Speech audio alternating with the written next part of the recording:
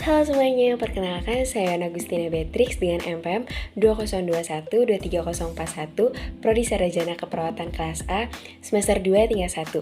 Di sini saya ingin menjelaskan mengapa belajar bahasa Indonesia itu penting dan apa pentingnya bahasa Indonesia bagi seorang calon perawat. Yang pertama, saya akan membahas mengapa sih belajar bahasa Indonesia itu penting.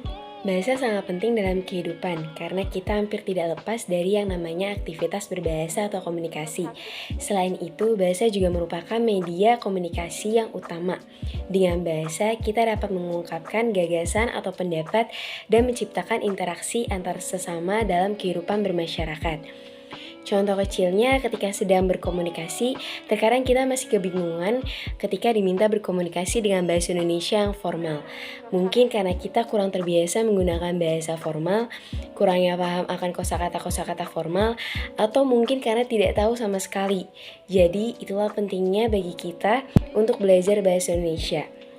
Belajar bahasa Indonesia yang baik dan benar nantinya juga akan digunakan sebagai sarana dalam menyampaikan pemikiran atau gagasan dan digunakan juga pada saat pembuatan karya tulis ilmiah. Untuk yang selanjutnya, saya akan membahas pentingnya bahasa Indonesia bagi seorang calon perawat. Bahasa Indonesia sebagai bahasa pemersatu sangat penting digunakan oleh perawat karena dapat memudahkan perawat dan tenaga medis lainnya dalam berkomunikasi dengan klien.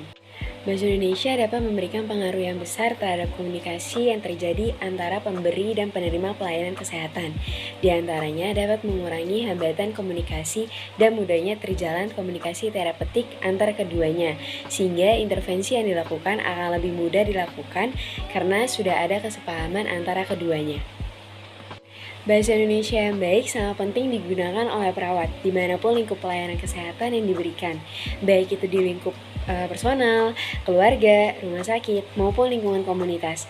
Hal ini dilakukan agar tidak terjadi kesalahpahaman antar pemberi dan penerima pelayanan kesehatan yang dapat mengganggu komunitas antara keduanya.